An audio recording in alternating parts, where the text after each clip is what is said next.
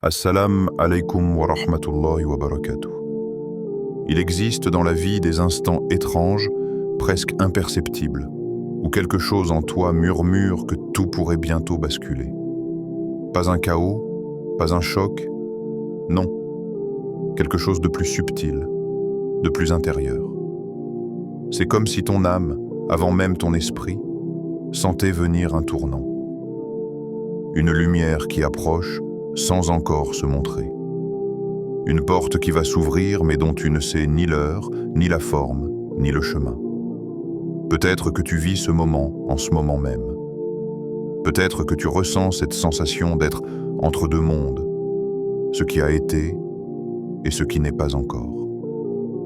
Comme si tu marchais sur une frontière invisible, avec l'impression qu'un souffle du ciel attend juste le bon instant pour toucher ton cœur. Et parfois, cette sensation naît au milieu d'une tempête. Les choses n'avancent plus. Tu pries encore et encore, mais les réponses semblent lointaines. Tu demandes, tu insistes, tu lèves les mains, mais les portes restent fermées. Tu fais confiance, mais les chemins ne s'ouvrent pas. Et au plus profond de toi, cette question revient, douloureuse, insistante, presque honteuse parfois. Est-ce qu'Allah m'a entendu? Tu n'en parles pas. Tu ne le dis à personne. Tu gardes le sourire, tu continues tes obligations, tu avances. Mais ton cœur, lui, se fatigue. Ce n'est pas le manque de foi, c'est le poids de l'attente. L'attente qui use, l'attente qui épuise, l'attente qui fait trembler l'intérieur, même si l'extérieur reste stable. Et pourtant, à travers tous ces murs, parfois, une brise légère traverse ton âme. Une intuition, une douceur, une pensée presque silencieuse qui dit « Continue, tu n'es pas oublié ». Cette vidéo est peut-être ce souffle-là. Parce qu'aujourd'hui, tu vas découvrir un secret que les croyants sincères ont toujours protégé dans leur cœur. Un secret simple, mais puissant. Une invocation qui ne change pas seulement les choses autour de toi, mais surtout les choses en toi. Une parole qui réveille la confiance, apaise les peurs, et rappelle à ton âme que le secours d'Allah n'arrive jamais trop tôt, et jamais trop tard. Et ce dhikr, ce rappel, ne vient pas n'importe quand. Il a un moment précis, un moment où le cœur se dévoile plus facilement, où la lumière descend plus discrètement, où le calme de la création fait écho à ta propre recherche. Ce moment, c'est le lundi. On en parlera dans un instant. Mais avant cela, respire, ralentis, pose-toi. Parce que tu n'es pas ici par hasard. Parmi des milliers de vidéos, des milliers de distractions, c'est ici que ton cœur s'est arrêté. Et souvent, lorsqu'Allah veut te toucher, il t'envoie vers une parole, un rappel, une phrase capable de réveiller quelque chose de profond en toi. Alors avant d'aller plus loin, fais une petite action qui n'a l'air de rien mais qui pourrait tout changer. Abonne-toi à cette chaîne au cœur de l'islam, une maison de lumière, un refuge de rappel, un endroit où ton cœur peut revenir respirer. Et dans les commentaires, écris quelque chose qui vient de ton âme. Pas pour moi, pas pour les gens, mais pour toi, pour Allah, pour ton propre chemin. Même un mot, même une phrase. Je fais confiance à Allah. J'avance avec patience. Mon cœur attend son moment. Choisis celle qui te ressemble. Cette simple écriture peut devenir ton premier pas vers un renouveau. Parce que ce que tu vas entendre maintenant n'est pas un texte, ni une leçon, ni une information. C'est un rappel, un miroir, un souffle destiné à ranimer une part de ton âme que la fatigue avait endormie. Aujourd'hui, tu vas redécouvrir ce que signifie vraiment le tawakkul. Pas une confiance théorique, pas une phrase dite par habitude, mais une reliance profonde, vivante, vibrante, qui t'apprend à marcher avec sérénité, même quand rien ne semble bouger. Laisse donc ton cœur s'ouvrir doucement. Laisse ton esprit se déposer. Laisse ton âme écouter. Parce que certains rappels n'arrivent pas pour t'informer. Ils arrivent pour te transformer. Le lundi, un rendez-vous avec le ciel. Il existe dans la semaine un jour que la plupart des gens traversent sans y prêter attention. Un jour qui semble ordinaire aux yeux du monde, mais qui, dans les réalités invisibles, porte un éclat que seuls les cœurs éveillés perçoivent. Ce jour, c'est le lundi. Et si tu prends le temps de l'observer autrement, tu comprendras qu'il a été choisi, honoré et distingué par celui qui connaît les secrets du temps. Imagine un leveur de soleil, lent et silencieux, comme si la lumière elle-même avançait avec précaution. Rien ne presse. Le ciel semble retenir son souffle. Les premières lueurs du jour percent l'horizon avec douceur, sans violence, sans éclat brusque. C'est un début humble, paisible. Et peut-être que c'est ainsi que commence chaque lundi, dans une modestie apparente, mais chargée d'une noblesse cachée. Au milieu de ce calme cosmique, quelque chose se passe que tes yeux ne voient pas, mais que ton cœur peut ressentir. Car le lundi, les anges se mettent en mouvement. Ils montent vers le ciel, portant dans leurs ailes les actions de millions de serviteurs. Certaines soirs, certaines prières, certaines larmes, certains gestes discrets, certains mots chuchotés, tout cela monte, s'élève, se détache de ce monde pour être présenté à Allah. Et ce simple fait transforme ce jour. Car ce qui monte au ciel n'est jamais insignifiant. Les anges ne portent pas que des grandes œuvres. Ils portent aussi les petits efforts ignorés, les sacrifices silencieux, les tentations que tu as repoussées, les pardons que tu as accordés alors que ton cœur tremblait encore. Ils portent la prière que tu as faite avec fatigue, la bonne intention que personne n'a su remarquer, la patience que tu as eue quand tu aurais pu t'énerver. Ils portent en ton repentir même s'il était maladroit, tes prières même si elles étaient en brève, tes invocations même si tu les as répétées en pleurant. Et parmi tout cela, il y a peut-être tes œuvres, ce que tu as fait quand personne ne te regardait, ce que ton cœur a souffert, ce que ton âme a murmuré. Le prophète aimait jeûner le lundi, et lorsqu'on lui demanda pourquoi, il répondit avec une simplicité désarmante. « C'est le jour où je suis né, et le jour où mes œuvres sont présentées à Allah. » Ces mots ont une profondeur que l'on oublie parfois. Le prophète, celui dont les œuvres surpassent les montagnes, celui qui était le plus aimant, le plus sincère, le plus parfait dans son adoration, choisissait ce jour-là pour être dans un état d'adoration, non par obligation, mais par humilité, par amour, par pudeur vis-à-vis de son Seigneur. Imagine alors, toi aussi tu entres dans ce jour, pas en simple spectateur, pas comme quelqu'un qui traverse un lundi de plus dans sa vie, mais comme quelqu'un qui sait que ce jour est un pont entre la terre et le ciel, un pont entre tes actions et la réponse d'Allah, un pont entre ce que tu es et ce que tu peux devenir. Le lundi n'est pas seulement un moment dans ton calendrier, c'est une invitation, un appel discret, une fenêtre ouverte au-dessus de toi. C'est comme si Allah te disait « Présente-toi à moi avec un cœur vivant. Je te vois, je t'entends, je connais ce que tu traverses. Viens vers moi avec sincérité, et moi, je me rapprocherai de toi. » Alors imagine encore, toi, debout face à l'aube du lundi. Le monde autour de toi commence à bouger, mais ton cœur, lui, se tourne vers le ciel. Tu n'es pas parfait. Tu n'es pas sans faute. Tu n'es pas toujours fort. Mais ce jour, tu avances vers Allah avec ce que tu as. Et Allah te reçoit avec ce qu'il est. Le très miséricordieux, le très proche, celui qui répond. Et ce simple mouvement intérieur suffit à transformer ton lundi en un rendez-vous sacré. Le déchiquaire qui apaise et renforce. Maintenant que ton cœur s'est approché, laisse-moi te parler d'une parole. Une parole qui n'est pas seulement prononcée par la langue, mais qui s'installe doucement dans les profondeurs de l'âme. Une parole qui ne cherche pas à impressionner, ni à convaincre, ni à forcer. Une parole qui guérit, qui apaise, qui rassure. Elle dit « Hasbi Allahu la ilaha illa huwa, alayhi tawakkaltu, wa huwa rabbul arsh il-azim ». Il y a dans cette phrase une lumière que les mots ne suffisent pas à décrire. C'est comme un souffle, comme un refuge que tu portes en toi, partout où tu vas. Hasbi Allah. Allah me suffit.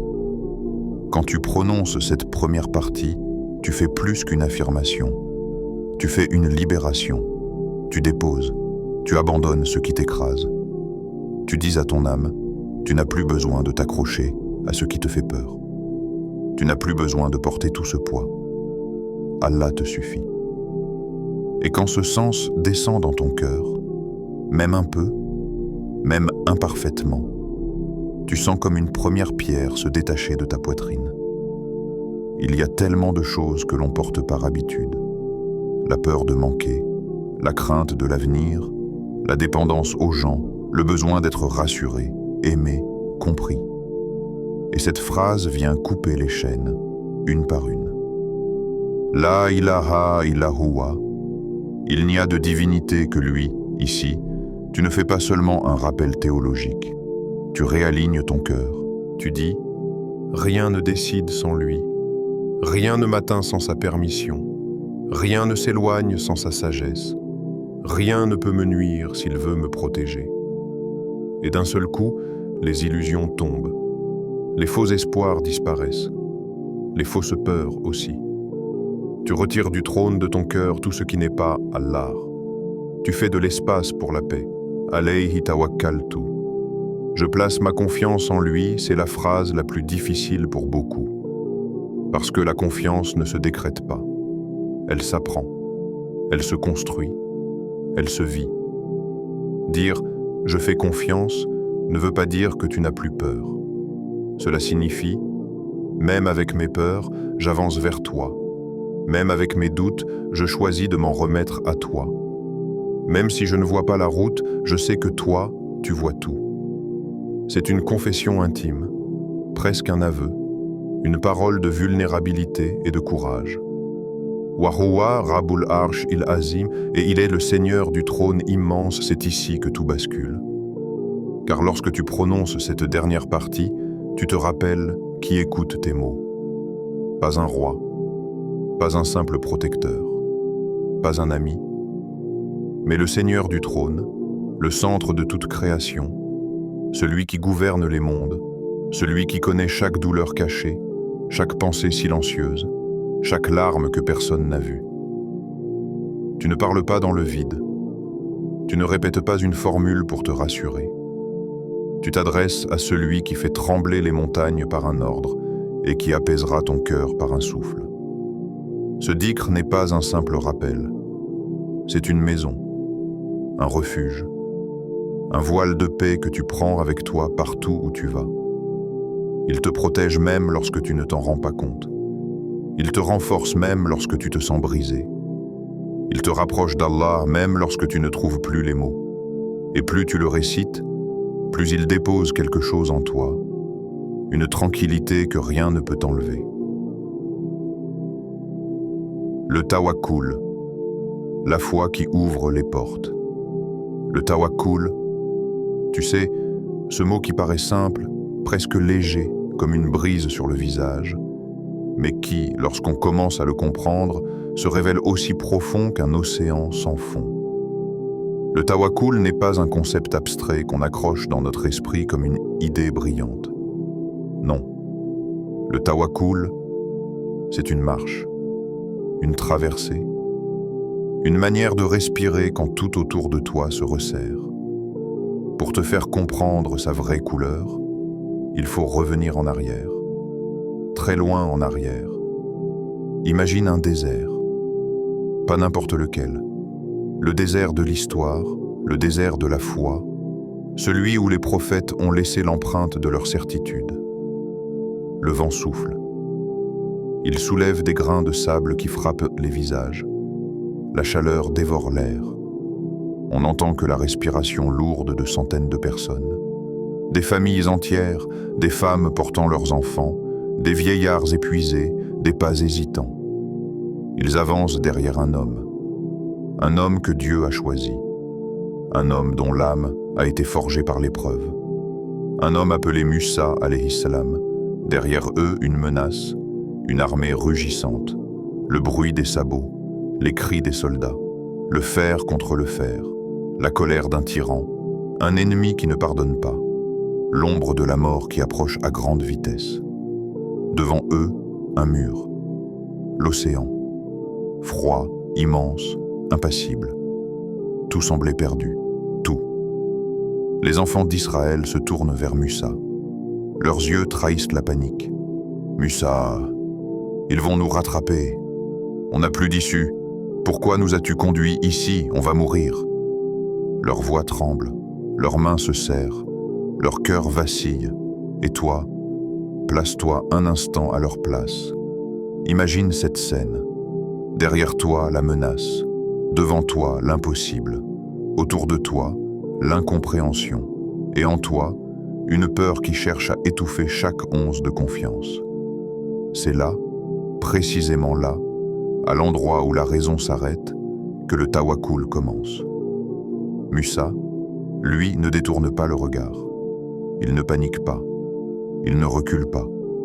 Il ne crie pas. Il fixe le devant. Il fixe l'océan. Comme si, dans ces vagues agitées, il voyait quelque chose que les autres ne voient pas. Et il dit une phrase qui fait trembler l'histoire entière. « Inna ma'i rabbi sayardin » Mon Seigneur est avec moi. Il me guidera. Écoute bien. Il ne dit pas « Mon Seigneur va peut-être agir » ou « Espérons que quelque chose se passe » ou « Je vais essayer de rester calme ». Il dit avec certitude « Mon Seigneur est avec moi. Il me guidera. » Pas un doute, pas une hésitation, pas un si. Et c'est là que tout bascule. Allah dit à Musa de frapper la mer avec son bâton.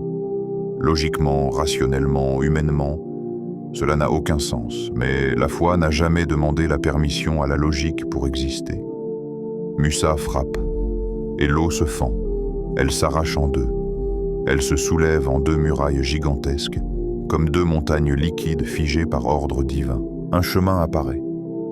Un chemin que personne n'aurait pu imaginer. Un chemin qui n'a jamais existé avant. Un chemin qu'aucune carte ne dessinera jamais. Le miracle n'a pas été l'ouverture de la mer. Le miracle a été que Musa ait confiance avant de voir.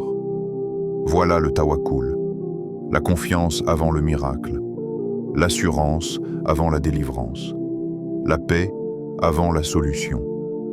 Car tout le monde frapperait la mer après l'avoir vue s'ouvrir. Mais seules les croyants sincères frappent avant. Le tawakkul, c'est la force invisible qui te fait avancer quand ta raison veut fuir. C'est ce souffle intérieur qui te dit « Va, même si tu ne comprends pas. Allah prépare ce que tu ne vois pas. » Le tawakkul, ce n'est pas s'asseoir et attendre. Ce n'est pas croiser les bras en disant « Allah pourvoira ». C'est faire le pas, même quand la terre tremble. C'est tenir ta prière, même quand ton cœur est lourd. C'est répéter ton dhikr, même quand tu es fatigué. C'est continuer d'avancer avec un cœur qui dit « Allah est devant moi, Allah est derrière moi, Allah est avec moi ». Il y a dans le tawakkul une lumière que tu ne trouveras dans aucun autre acte. Parce que le tawakkul n'est pas une action extérieure.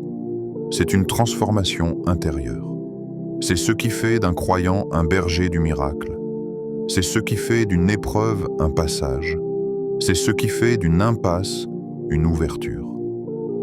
Le tawakkul ne t'empêche pas d'avoir peur.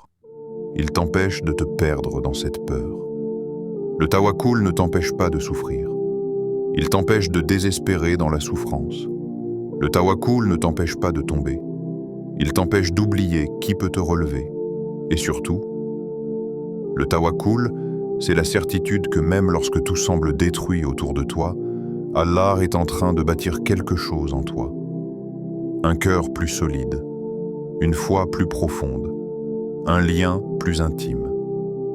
C'est ainsi que les mers s'ouvrent, pas avec la force, pas avec l'intelligence, pas avec la stratégie, mais avec la confiance. Et dans ta vie aussi, il y a des mers, des murs, des impossibilités, des nuits sans lumière, des chemins qui n'existent pas encore.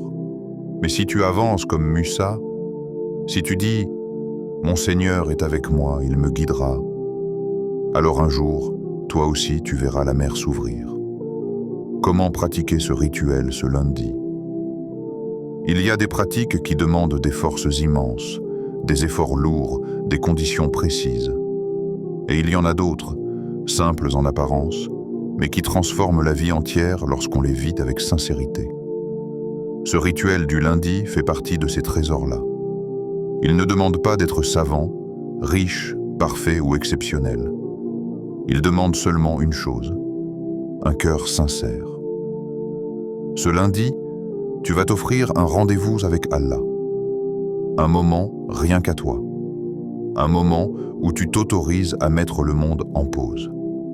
Un moment où ton âme respire enfin. Voici comment le vivre pleinement. 1. Choisis l'aube.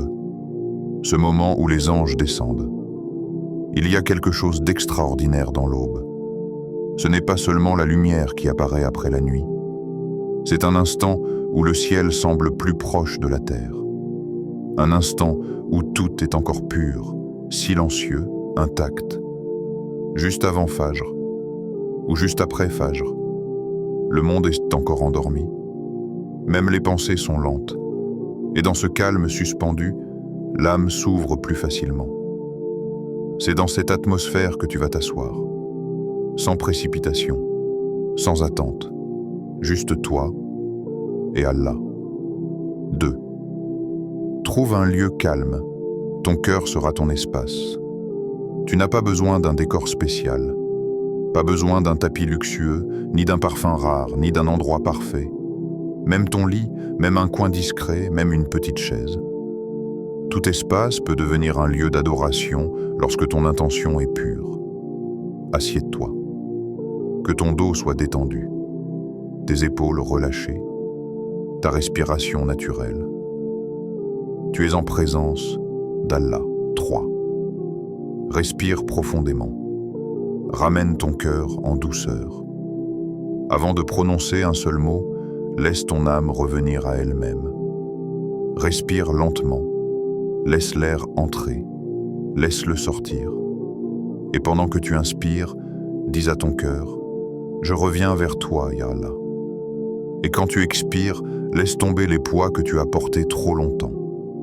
Les inquiétudes, les regrets, les pensées qui tourmentent. Tu n'as rien à prouver, rien à forcer, rien à impressionner. Tu es simplement un serviteur qui revient vers son Seigneur. 4. Commence la récitation. Sans foi, mais avec le cœur. Hasbi Allahu la ilaha illa huwa, alayhi tawakkaltu, wa huwa rabbul arsh il azim. Récite-la une première fois, très lentement. Goûte chaque syllabe. Laisse les mots descendre en toi. Récite-la une deuxième fois. Et imagine qu'un voile de paix te recouvre. Récite-la une troisième fois. Et ressens comment ton cœur s'allège, même légèrement, même imperceptiblement. Ne cherche pas à aller vite. Ne récite pas pour atteindre un nombre. Récite pour toucher Allah, pour qu'il te regarde, pour qu'il te rapproche. Chaque répétition est comme une goutte de lumière. Et ces gouttes, une à une, finissent par remplir ton cœur. 5. Sois sincère. Laisse le miracle commencer à l'intérieur. Tu n'invoques pas pour forcer un résultat. Tu n'invoques pas pour obtenir un miracle immédiat. Tu n'invoques pas pour changer forcément ce qui t'entoure. Tu invoques pour changer ce qui est en toi. Dis ces mots comme quelqu'un qui s'abandonne entre les mains d'Allah. Comme quelqu'un qui dit « Ya Allah, je ne contrôle rien. Mais toi, tu contrôles tout. Je me repose sur toi. Je te fais confiance. » Et même si tu ne ressens rien la première fois, continue. Car parfois, le cœur met du temps à s'ouvrir. Et Allah teste ta sincérité avant de te donner sa douceur. 6. Recommence chaque lundi. Le secret est dans la constance. Il n'y a rien qui construit la foi autant que la constance. Pas la quantité, pas la perfection, mais la constance. Même si tu récites ce dhikr 5 minutes, même si tu es fatigué, même si tu n'as pas les mots, fais-le. Chaque lundi devient comme une goutte de lumière déposée dans ton cœur. Et ces gouttes, semaine après semaine, façonnent quelque chose en toi. Une patience nouvelle, une confiance renforcée, une paix qui s'installe, leçon et signe de la miséricorde.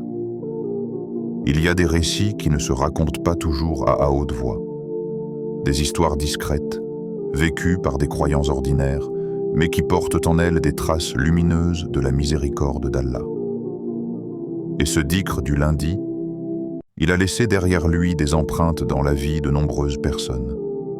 Pas des miracles tonitruants, pas des scènes spectaculaires, mais des transformations intérieures si profondes qu'elles ont changé le cours d'une existence. Je vais te parler de quelques-unes de ces histoires. Pas pour te promettre un résultat spécifique, pas pour te vendre un effet garanti, mais pour te montrer comment Allah agit. Parfois brusquement, parfois doucement, parfois silencieusement, mais toujours avec une sagesse parfaite. L'histoire du frère qui pensait avoir tout perdu. Il y avait un frère qui avait perdu son travail après 8 années dans la même entreprise. Ce n'était pas une petite perte. Ce travail, c'était sa stabilité, son identité, son équilibre. Il ne comprenait pas pourquoi Allah avait permis cela. Il priait, il invoquait, mais son cœur restait lourd, comme une pierre collée à sa poitrine. Un lundi matin, sans trop savoir pourquoi, il décida d'essayer ce dhikr. Il ne chercha pas un endroit particulier. Il resta dans sa voiture, garée près d'un parc. Il récita lentement, 100 fois, en pleurant presque à chaque répétition. Il ne se passa rien ce jour-là, ni le lendemain, ni celui d'après. Mais il continua. Le deuxième lundi, il dit avoir ressenti une légère chaleur dans le cœur. Le troisième lundi, il se sentit plus apaisé. Pas heureux, pas euphorique, juste apaisé. Le quatrième lundi, sans s'y attendre, il reçut un appel. L'entreprise ne l'intéressait même pas particulièrement, mais il s'y rendit. On lui proposa un poste non seulement plus stable, mais avec un environnement extrêmement sain, des horaires meilleurs et surtout, un patron qui le respectait profondément. Ce frère dit une phrase magnifique. « Ce n'est pas le travail qui m'a guéri. C'est la certitude que Dieu ne m'avait jamais abandonné. » Et tu sais, quand une personne dit cela, ce n'est pas une phrase théorique. C'est une confession qui vient d'un cœur qui a vu, senti, compris. L'histoire de la sœur qui pensait que son cœur ne guérirait jamais. Une sœur avait vécu une grande tristesse, une rupture, un deuil, un éloignement. Elle ne voulait pas en parler. Elle disait juste « Je ne me reconnais plus. Mon cœur est comme éteint. » Elle avait entendu parler du dhikr du lundi. Pas comme une technique, mais comme une manière de reconstruire un lien intérieur avec Allah. Elle s'est assise dans sa chambre, les lumières éteintes, une seule petite lampe allumée, et elle a commencé. La première semaine, elle pleura plus qu'elle ne récita. La deuxième semaine, elle parvint à terminer les 100 répétitions. La troisième, elle dit avoir ressenti une douceur dans sa poitrine qui ne ressemblait à aucune émotion humaine. Ce n'était pas la joie. Ce n'était pas la disparition complète de la tristesse. C'était une lumière, un apaisement sans raison, une force qui ne venait pas d'elle-même, un retour à elle-même. Aujourd'hui, elle dit « Je n'ai pas oublié ce que j'ai vécu, mais je ne porte plus cette douleur seule. Allah m'a entouré d'une paix que je ne pensais plus revoir dans ma vie. Voilà ce qu'Allah fait. Il ne remplace pas toujours la situation. Il remplace la sensation. L'histoire de l'homme qui cherchait la guérison intérieure. Un homme malade depuis plusieurs années, usé par les traitements, affaibli par les diagnostics, épuisé par l'incertitude. Il n'attendait plus vraiment de miracle médical. Ce qu'il voulait, c'était seulement retrouver un peu de sérénité. Pouvoir respirer sans sentir un poids sur sa poitrine. Il récitait déjà des invocations, mais il avait entendu parler de ce dhikr particulier, récité un jour particulier, avec une intention particulière. Le premier lundi, il dit « Je n'ai rien ressenti, mais j'avais l'impression de parler à quelqu'un qui m'écoutait vraiment. » Le deuxième lundi, il dit « J'ai pleuré sans arrêter. Pas à cause de la maladie, mais à cause de la présence que j'ai ressentie. » Le troisième lundi, il dit « Je ne suis pas guéri, mais je n'ai plus peur. Et cela vaut plus que la guérison. » Tu vois, ce dhikr n'a pas effacé son épreuve. Il a allégé son cœur pour qu'il puisse continuer à marcher malgré elle. Car la miséricorde d'Allah n'est pas toujours dans la disparition du problème. Elle est parfois dans la force d'y faire face. La phrase qui revient dans presque tous les témoignages, « Toutes ces personnes, et tant d'autres, ont vécu des choses différentes. Leurs histoires ne se ressemblent pas, leurs situations non plus. Et pourtant, il existe une phrase qui revient presque toujours. Une phrase dite avec des nuances différentes, mais un sens identique. Je me sens accompagné. Allah ne m'a jamais oublié. » Cette phrase est le résumé de ce que le dhikr éveille. Car le dhikr n'est pas une formule mécanique. C'est une clé. Une clé qui ouvre la porte de la conscience. Une clé qui rappelle à ton âme qu'elle est vue, entendue, accompagnée. Et quand ton cœur comprend cela, alors l'épreuve ne disparaît pas forcément, mais elle ne t'écrase plus. Allah change ton cœur, avant de changer ton destin. Il y a des mots que l'on dit avec la langue, et des mots que l'on dit avec l'âme. Lorsque tu lèves les mains, lorsque tu pries même sans les mots, lorsque ta poitrine soupire, lorsque tes yeux se remplissent, lorsque le silence devient ton invocation, Allah entend tout cela. Ne pense jamais que ton invocation se perd dans l'air. Elle se perd seulement dans ton esprit.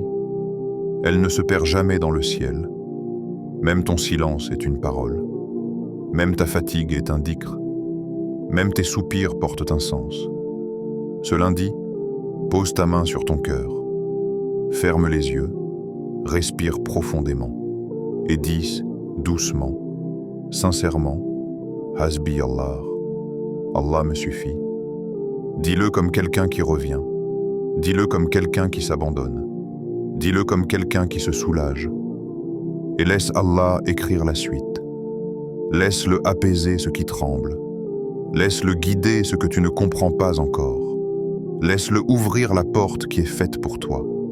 Qu'Allah illumine ton lundi, qu'il guérisse ce qui est blessé, qu'il apaise ce qui est lourd, qu'il fasse descendre sur toi une lumière que personne ne pourra t'enlever.